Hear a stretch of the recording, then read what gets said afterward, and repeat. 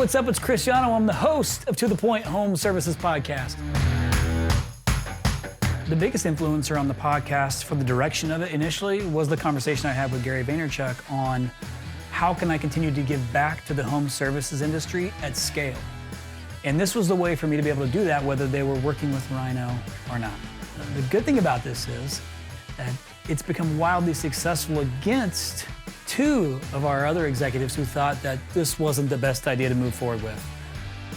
Once my mind is set on something, I was going to move forward with it. So I took the right opportunity while our COO was out of the office to go ahead and purchase equipment and go ahead and get the podcast started before she returned.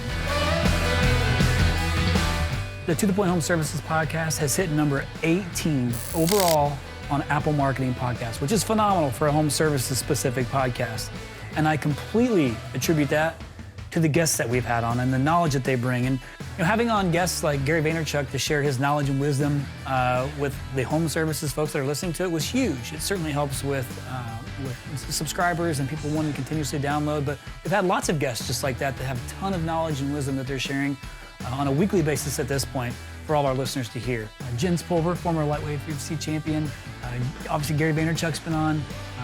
Mike Tyson, Larry Fitzgerald. We had on Howard Behar, former president of Starbucks. But even in the industry, having on some of the greats, like we have Ken Goodrich on, Leland Smith, Dave Geiger, Paul Kelly, a lot of the most influential guys in the home services space. Of all the great guests that we've had on, the one that had the biggest impact on me was one of the episodes I'd done with Ken Goodrich, who's the CEO of Ghetto, one of the largest home services contractors in the United States of America. He talks about his transformation, not only in business, but also his personal transformation. It was super impactful.